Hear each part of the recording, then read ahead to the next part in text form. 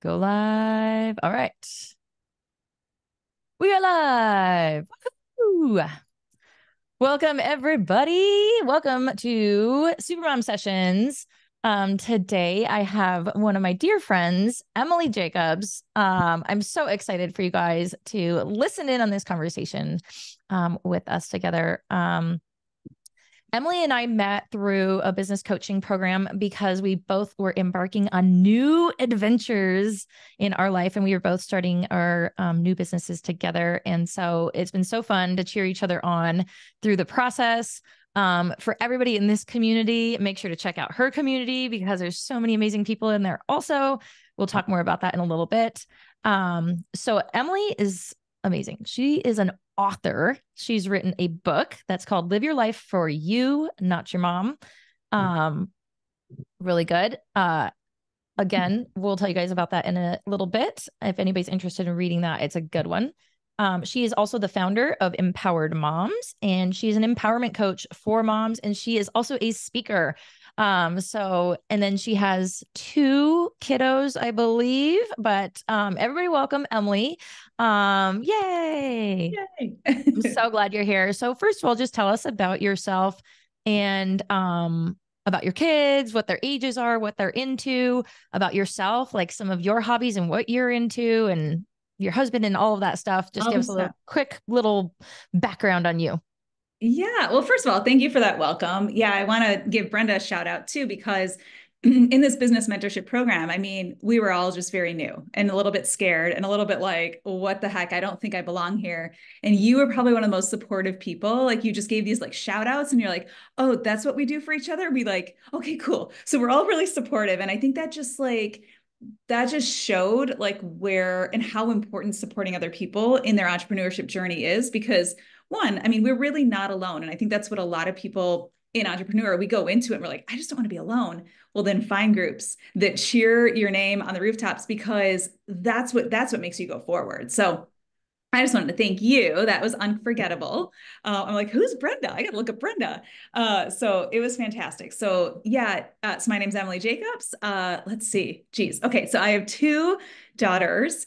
I literally get to say the words. This is crazy to me. I'm going to say mid 40s. That just hit like a month ago, which is a little bit crazy because I feel like I should be really old, but like it doesn't. I only feel it some days, but I have two young daughters. I had kids a little bit later in life. So I have a 6-year-old and an almost 4-year-old. And I would say at this age, it's a little, my patience level is a little rough, but I am so blessed to be their mom. Man, they are my greatest teachers. And that is a fact. Like that is a very hard and truthful fact. I spent 20 years as a nurse for hospital systems. And so most of that nursing career was being an educator in nursing. So what I learned about myself is that I love teaching. I love making things simple for people, and I love helping them move forward. And I knew that since I was a kid. And so I went into nursing, and most of that work was in an intensive care unit. And then as an educator, I resigned from corporate healthcare at the end of 2021 after the pandemic. So I went through, well, actually, I had a baby during that, which was a blessing from God, but like then went back into work right after that. And so just really like the priorities shifted, and the culture is much different than before the pandemic. There's try to be as professional as I can. It's literally a different culture. We'll just put it that way. And it was not something that aligned with me, my mindset. I'm a hustler, but I wasn't going to do it that way. Right. And I'd rather hustle for myself and hustle for my own business than that type of stuff. So I resigned and I jumped into entrepreneurship. So I was in a business program and I knew I was going to do something with coaching, but I delayed it because this writing this book was on my heart for like 7 years. And I was like, well, God, like, what do I do? What do I do? And so I don't believe in coincidences. So being in this business program that we were in, I was listening to their podcast, and a woman came on and she was a book coach. And she's like, I help soulful writers like write their book in like 6 months, or I don't even know what she said. And I was like, wait, what? Yeah, I probably need that. Like this book wasn't writing itself. And so I jumped into her program at the same time. And it really like, well, I believe so much in mentorship and coaching, obviously, like this is what I do, but you can do any of this stuff on your own, is what I tell people, but it just gets you there faster with more confidence and clarity. And you're just going to feel better once you kind of check those boxes, if you will. So, yes, Live Your Life for You, Not Your Mom came out in January of 2023, which was really exciting. It is definitely not a mom bashing book. So please don't think that that's what it's about, but it is a struggle story of my own and the struggle story that a lot of mother daughters go through. So I know my story is not unique. And I found that out. I thought it was unique my whole life. I found out it wasn't when I was coaching mom after mom after mom and woman after woman after woman. I was like, wait a minute, let me guess where you got these, and I'm not bashing moms, but just even like limiting beliefs or self-doubt. Like, did your mom ever say anything like that when you were a kid? And they were just like, yeah, I actually don't have that, I have a really hard relationship with my mom. I'm always trying to make her happy. I'm always trying to please her. Now, listen, this is not necessarily always our mom's fault, right? Our moms probably did the best they could. But at the time, there just wasn't a lot of resources and healing for them. I don't know how else to put it, Yeah. right? I'm trying to have like forgiveness and gratitude. So really that's where the book came about. It was myself as the people pleaser, trying to always make my mom happy, and how I dealt with learning how to learn boundaries, work through those people pleasing tendencies, and really choose to live a life I love and love my mom at the same time and like let it go, right? Like I'm not here on this world to impress anybody, not even my mom. And I think just being maybe at the age I'm at or having kids now, it's like I really am like, I'm here on this earth to give a gift. And some people just don't always want to receive it. And some people don't always need it. But this is still the life that I want to live. And I want to create it because at the end of the day, I check in with myself and God, and I check in with, like that's it. These are the people I report to. So I don't report to my boss, not even really my husband, but he's a close third in that, but yeah, I mean, I could write a book with any title at the end of that. Like it could be Live Your Life for You, not your kids, not your boss, not your spouse, not your dad. And really you can fill in the blank to whatever you have going on in your life that you feel that you need to, like almost like you need to try to make all these other people happy, or you're doing it for them, not for you. So that's like me in a nutshell. I'm sure there's more to that story, but I love rambling, so we'll keep this ending So do there. I. We're on the same team there. Tell me, okay, what, how does it feel to have written that book? It honestly, it felt like a release, and in a really good way. It felt like closure, which was really crazy. I actually had no intentions of what it was supposed to feel like. I just knew I needed to write it. I started off with like writing as like a pre-apology letter to my daughters. Oh, because I have two of them, not just one. God's like, yeah, no, you're gonna get two rounds of this. So I'm very thankful for that. I am. I just teased him Yeah. about it because I prayed for healthy children. We'll just put it that way. But Yeah. yeah, so it felt like a release, and I feel like I never really had to grieve my mom. I know this is going to sound kind of weird. So I was 9 months pregnant with my second daughter when my mom was dying.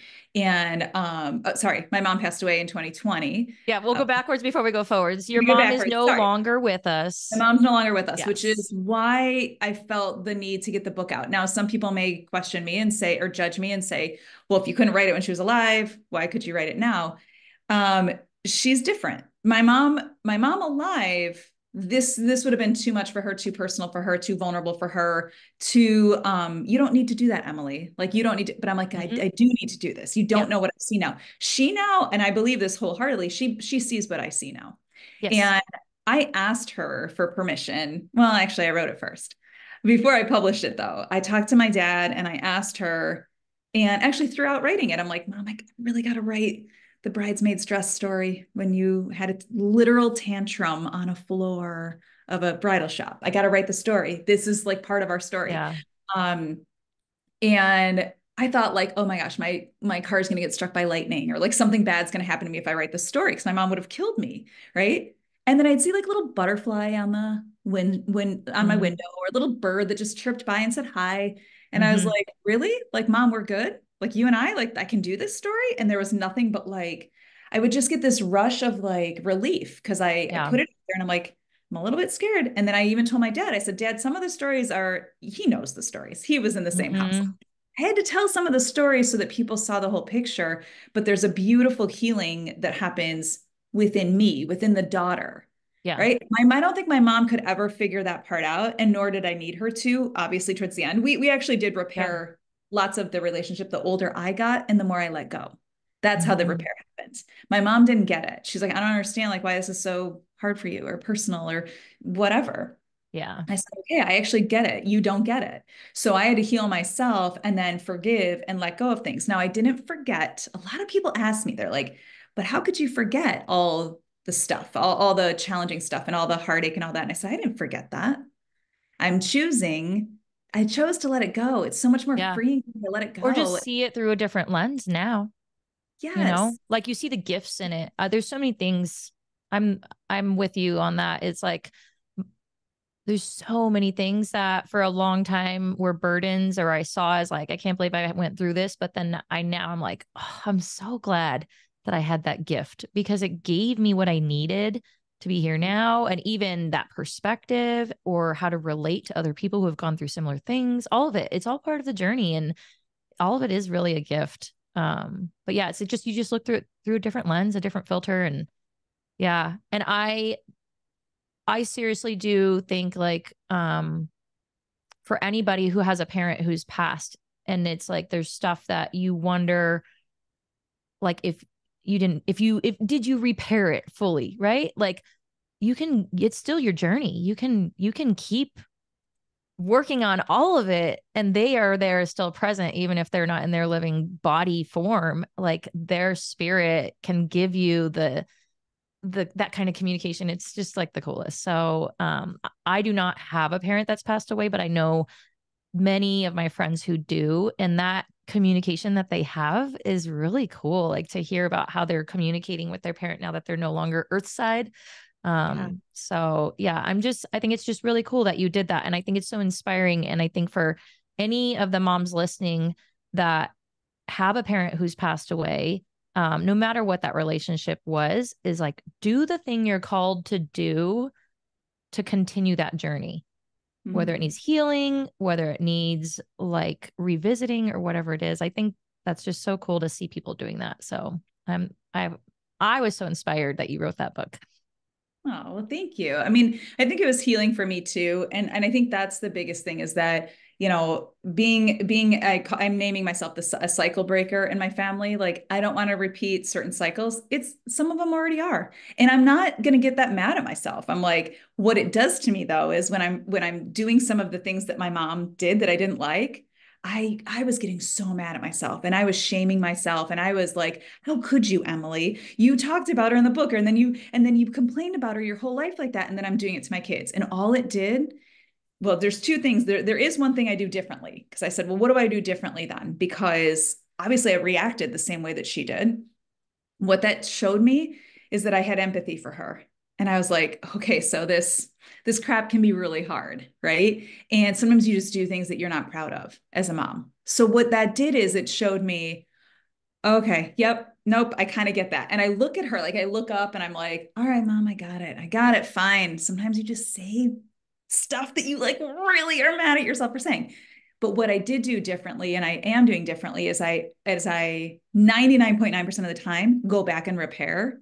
I've gotten that from other mentors. Like that repair goes Mm-hmm. the longest way, and I'm not mad at my mom for this, but she was not good at repairing. It was Yeah. like, why don't you just go cry about it? Right. And I'm like, thanks a lot, mom. Right. Yeah. Where it's like, there's sometimes I'm so frustrated with one of my daughters and then I'll react and then I'll come back around. I was like, mommy got a little too angry, didn't she? I'm like, remember how you get angry and sometimes like accidentally throw things? Um, mommy did it too. I was like, that's not cool, right? I'm totally like, oh, I mean, there's like a little dent in the wall because I threw one of their toys because they wouldn't pick it up. And my husband comes home and he's like, what's that? And I was like, I don't know. I totally lied to him. And my daughter's like, you threw my toy. And I'm like, is that is that what that was? Oh, right. Yeah. Mhm. And I was like, I'm gonna go crawl in a corner and cry because I'm the worst mom in the world. Yeah. That does nobody any good. Right. What does people good is to normalize that, like with your kids, that sometimes my body just does silly, crazy things like this, and I'm still learning and I'm still working on it. Yes. this like my biggest lesson for any Yeah. daughter or anyone that, any moms that, moms and their daughters or kids or whatever. It's like, listen, I'm not perfect. Don't expect me to be. And I won't expect you to be. And I will work hard on not expecting you to be. And yeah. So that, I mean, that's kind of like the repairing and I mean, my oldest and I don't even know I don't know how we're gonna get through this life because even like last night. But anyway, just she's just sassy, man. Like, I'm like, whose daughter are you? But Like, they're exactly what we need I to know. reparent ourselves. They It's really so are. painful though. It's so But painful. it is. Yeah. Each of my kids has their own unique way of like just challenging and growing me that but I do like I've talked about this before in these interviews and in my a lot of my content is I tell them like you're saying I tell my kids yeah mom is still learning too. We're never done learning even when we're grown-ups. Grown-ups are still learning too, and so it's to the point now where like then sometimes if I have like I'm angry, I'm gonna start cleaning things, and then after I calm down I'm like sorry guys, mom was just really frustrated, and they're like were you learning right there? I said I yes, love I'm it. still learning. You are correct. And so just being vulnerable with our kids, like I remember reading, I think it was like in Rachel Hollis's book, and she's talking about like don't let your kids see you run, don't be like don't show them like the side that's not polished. And I disagree. There's a lot of people that we read their self-development books, but we don't have to agree with like they have 7 steps. 6 I'll follow, but 1 I won't, and so take it or leave it. But I don't like that she's always saying that because I'm like, no, I am going to show my kids how I'm still learning and growing in this life, because then it makes them realize, one, mom's not perfect. And so, whatever she says, like she could also be wrong. And also it gives them permission to also feel like it's okay to learn and grow and make mistakes also, and be open about that process. So um, yeah, I totally agree. And yeah, it's funny because like the longer we're parents, the more we catch ourselves doing the exact same stuff that we swore we'd never do. And there's so many memes about that, but it is just funny when you're in it. And it really does, like, because my own mother, I have an estranged relationship with her. She's still living, but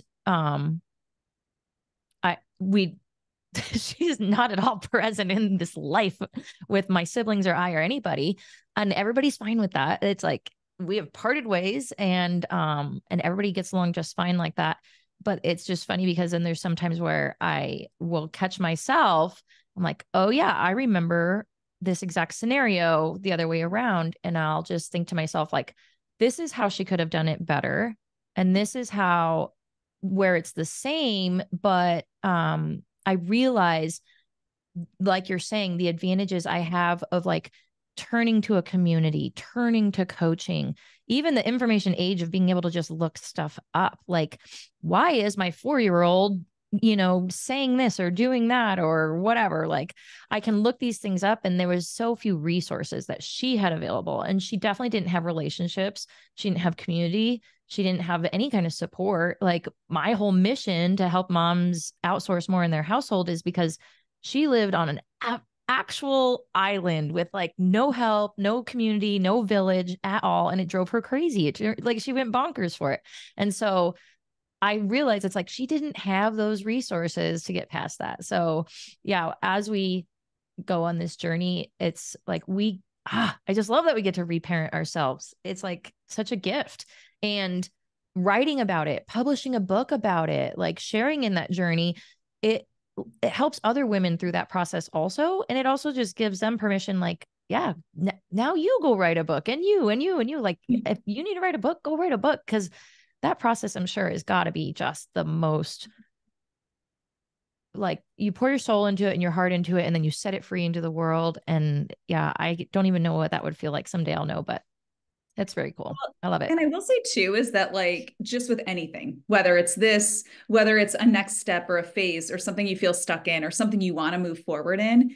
I mean, I'm going to cliche say the hardest step is the first one. But the point is that a lot of us make things harder than they really are. I mean, literally, like, what does it take to write a book? Show You your book, just by the way. You got a like, copy what does there? it take to write a book? This is my like this is my notes one where I like literally still write notes. I write notes in all books, but This one's kind of like the beaten up one. And I love the beaten up one. Like I have the Yes. beaten up one. Like my daughter's written her name in it, like all over the top. It's really kind of, Oh, yay. and she's like, Mom, where's my book? I'm like, well, you don't get two. Okay. You have to wait. Now it's fine. But it's like, what are the words that you want to say out, right? You'll clean up the polished version. And Brenda knows this really well. It's like, start messy. You'll clean it up later. You won't put it out in the world. You won't put your gifts out into the world until you're more ready, but like also don't wait for everything. I'm also like the anti-perfectionist. Listen, I say that because I still am a perfectionist that's still working on it, but that's why I try to say that I'm working on the people pleasing and perfectionist mindset because it's cost me so much joy and energy of my own to do all that for other people. And I love doing it. I'm a giver. Like it's literally in my bones. I don't know how not to do it. So what I've realized is again, instead of shaming that is go, I'm doing that thing again where I love making other people happy. That's great. That's fine. Is it filling me up or is it costing me? Hmm. Because if it's starting to cost me, then it's like, oh, I got to pull back because I'm going to start getting bitter and resentful, just like my mom did forever, for so many years. And like, I Yeah. did this for you. And then there were strings attached. And I'm like, what strings attached? Right. And so I think too, like I said, whether it's whatever action step that you're scared to take, right? It's honest to God, the hardest step is that first one. And in finding other people that have Or just taken deciding and declaring. Yeah.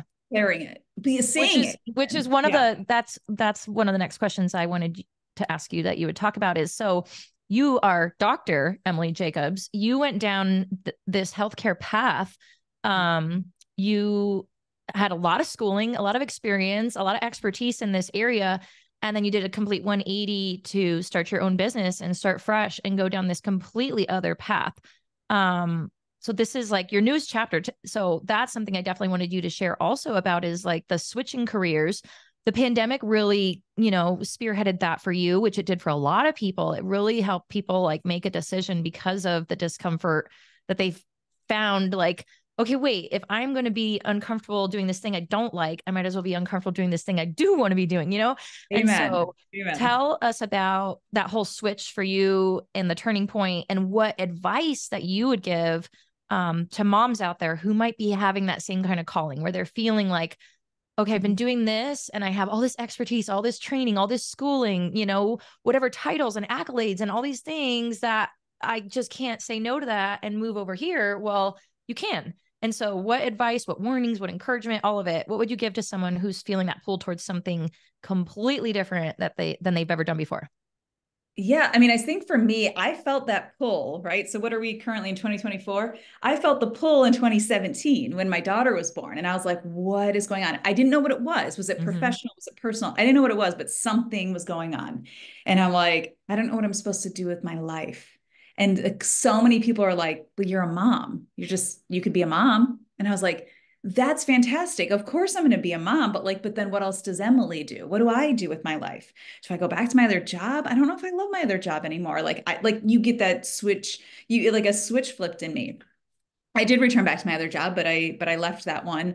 In that it was in nursing as well. But I just remember being like, do my dreams end? Like I became a mom. Being a mom, that was like the ultimate dream for me, right? So I remember I had him later in life. So it's like I Mm-hmm. was like hoping and praying and like, is this the right husband that's gonna have the babies with me? Like, I mean, anyone I dated, it was like on my heart, not all the time, but a lot of the time. I was literally always looking for that partner in that life. And I couldn't wait to be a mom. And so when it happened about 8 weeks later, I was just like, I felt like something was wrong with me that I like even my husband, and he knows this, like bless his heart. Like he's like, it kind of sounds like you're ungrateful. Like this isn't enough. She's not enough. Like me and her in this life, like you said, you dreamed about this. I'm like, yeah, I am grateful. I don't know how to explain this. So that was a really, really personal like shift for me. So I didn't do anything with it. I just went back to the comfortable. Like we tried to like settle things down and it was nice to be comfortable. It was nice to quiet that dream for a minute. Whatever that dream was, I didn't know, I had no clarity on it, but it was just something.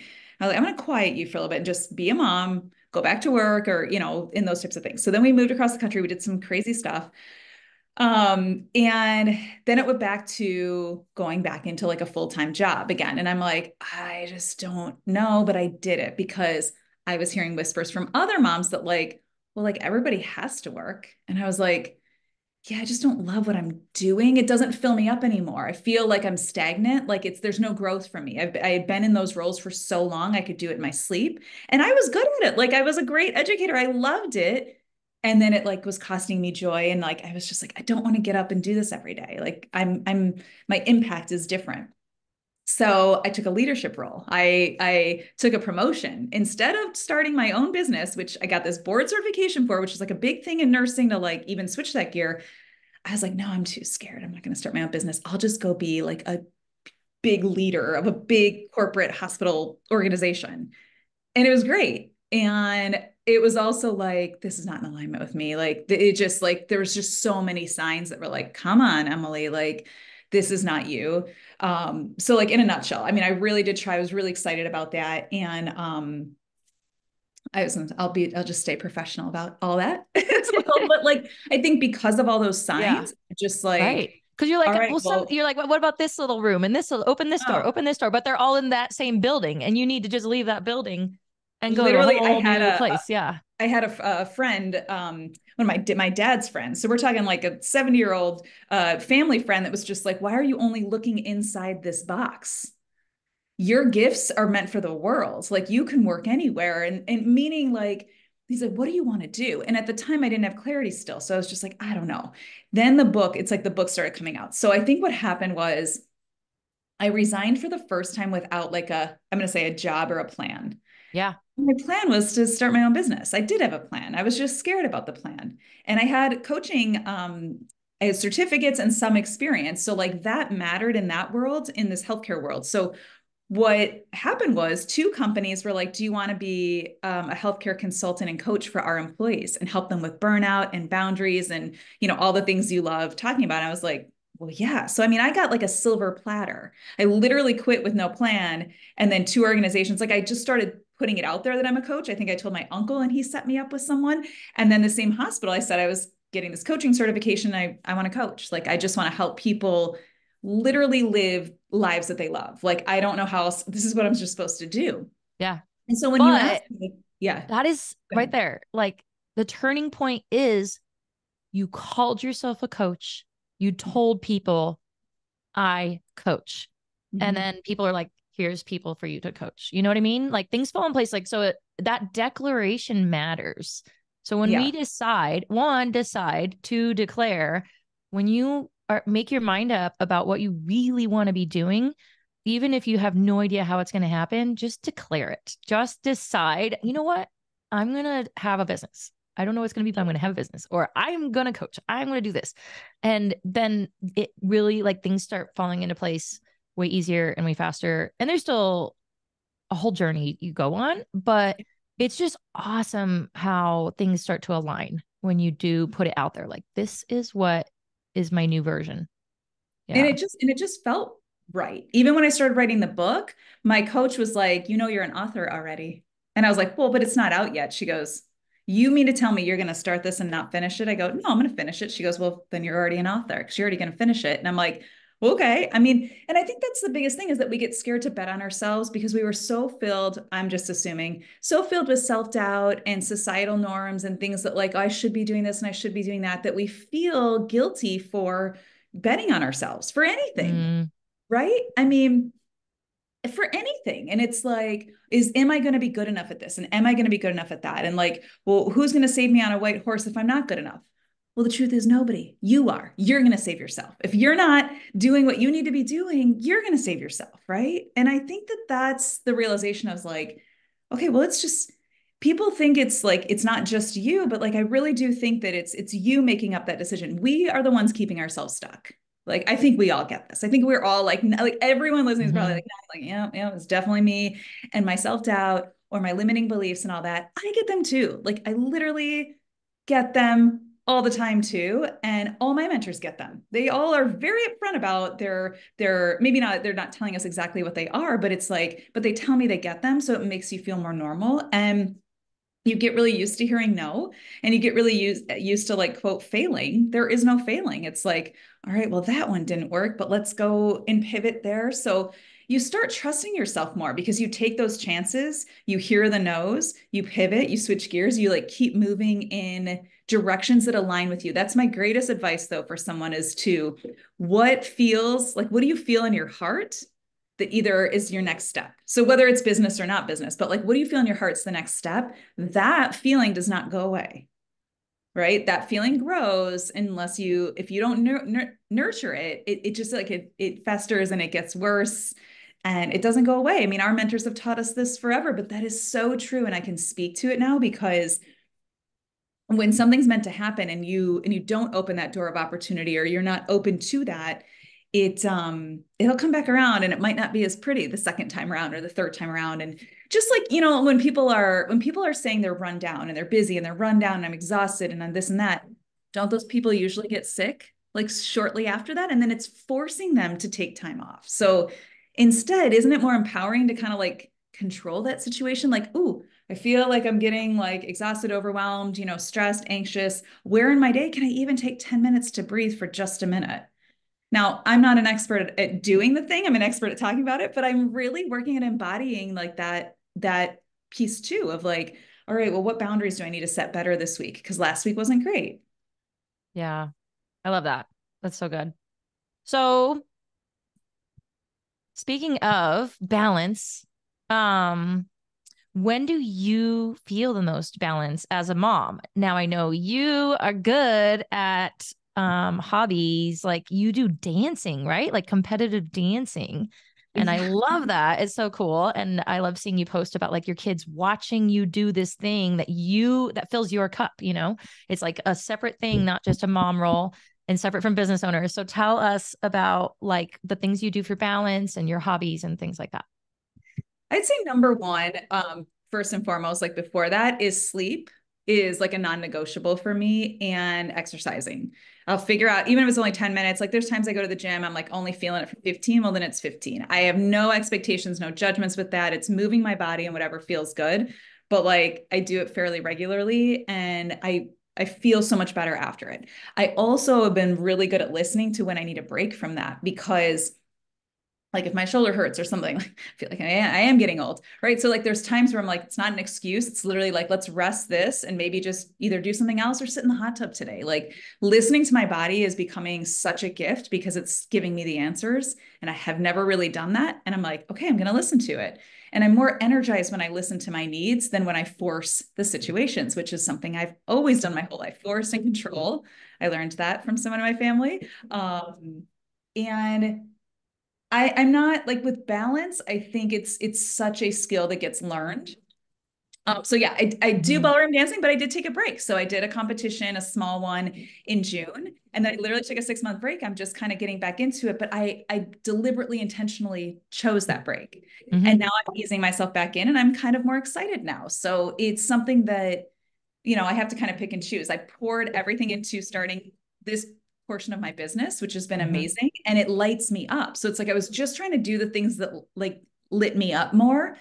And then of course, like over the holidays, I'm like, get back into dance. Like I think I need that again. So listening to it, Yes. not being committed and not being attached to like Yes. everything's a Because try. sometimes I seriously, we've talked, like you've talked about this whole self-care, right? And it's like sometimes self-care becomes just another item on your to-do list. And the same for hobbies. Like I love hobbies, but then sometimes I feel like, oh, I need to go work on my cross stitch. Like it's like a to-do list item. I'm like, wait, no, stop that. It should Right. never be that feeling. It should always make me feel like excited and like a reprieve from the other things. So obviously that's not doing it. And we're gonna put that in a drawer. So yeah, I love that where it's like you do competitive ballroom dancing, which takes a lot of time and energy and focus. And then it's like, okay, we're going to table this for a while because I am super passionate about this other thing right now. And then, Mm-hmm. okay, now I'm going to come back to this. And so the balance is never like the same formula all the time. It's always a changing formula, a different recipe, depending on the seasons and the ages of your kids and what's all going on. So yeah, everybody's formula and everybody's recipe is going to be a little bit different. So I love that. Um, but I do feel like I I feel like you do a good job um of just like making sure that you fit the things in that are truly yours and like showing your kids like showing them it's okay for mom to do stuff for her stuff. And you love showing that to your kids and saying, this is Yeah. what mom gets to do. Yeah. Yeah, I mean, for sure, I still have a little mom guilt. Don't get me wrong. I mean, I think we all do a little bit. Like that just means we're good moms and we care. It's just funny Mm-hmm. though. Sometimes, like there was one week I had like a lot of they just say mom events. I mean, like I love in my company we do a lot of like networking and events, and I go to other people's and we support each other, and it's great. But it's just funny. They're like, oh, like now they're so used to it. They're like, oh, you're doing the mom event thing. Okay. They used to get all excited. Who's going to be there? What are you going to wear? The kids say What that. are you going to eat? Now they're just like, okay, mom, have fun. And I was like, I will. Yes. And I was like, yeah, I was like, yeah. So, and it is funny because one of my friends, they asked my kids, like, do you even know, like, what does mommy do for work? They used to like answer, I don't even know, a nurse, like a nurse, a coach. No, they never said coach, but I've ingrained in their heads that like mom's job, mom and dad's job is to love you, keep you safe, and protect you. So like there's times where like the girls are hitting each other. I'm like, my job is to keep you safe and protect you. This is not safe. You're hitting each other, beat each other. So like I've ingrained this weird thing where I'm like, my job is to love you, keep you safe, and protect you. Ah, So one of my friends asked my daughter, like, do you know what mommy does for work? Like, and she said, what's her job? If she would have said, what does she do for work? My daughter would have yeah. said something like, she does events. Like something. She would have said something crazy. I'm like, it's not exactly what I do. It's one of the things. But she goes, well, my mommy loves me, keeps me safe, and protects me. And I'm like, yes. Like That's so great. I have one. Like my kids don't give a crap what I do for work, right? But like, Mm-hmm. but they know that like that's my job for them. I'm like, I feel like I just like, I got the check mark for the day. Yeah. Aw, that's adorable. Yeah. Um, okay. So speaking of your events, that you do, so you have your Empowered Moms Tribe, which is your community. You also have coaching.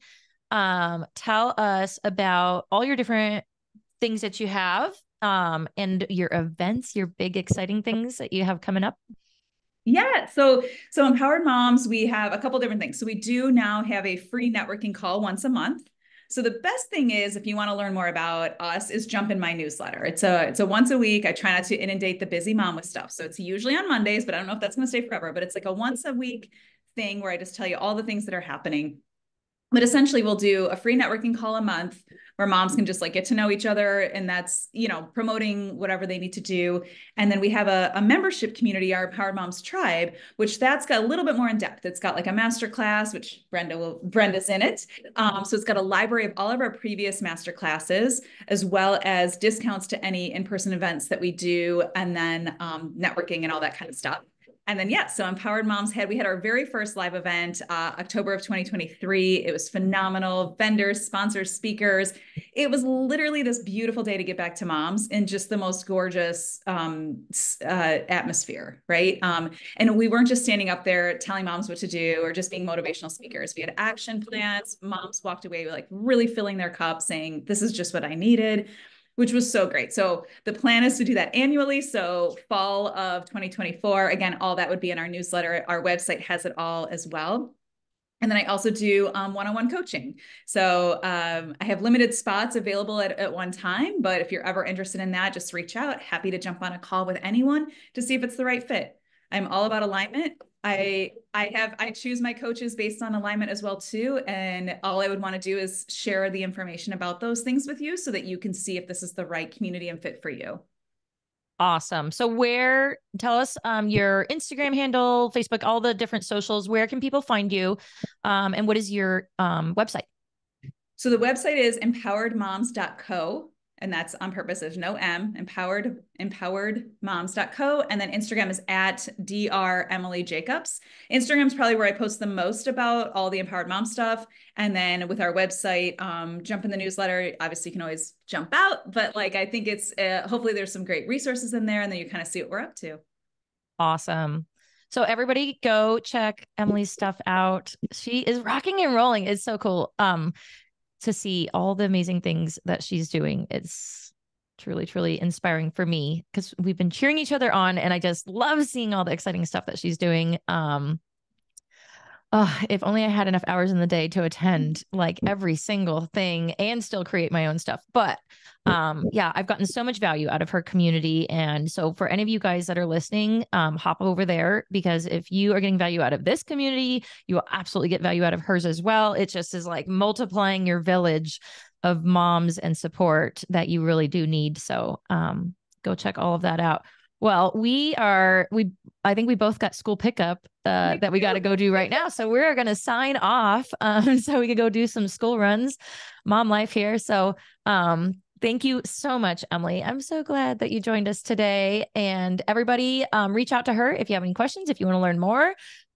Your book, is that available on your website, On or my is there website or other? on Amazon. And on Yep. Amazon. So yes, go look on Amazon, everybody. And yeah, go find all her stuff. It's awesome.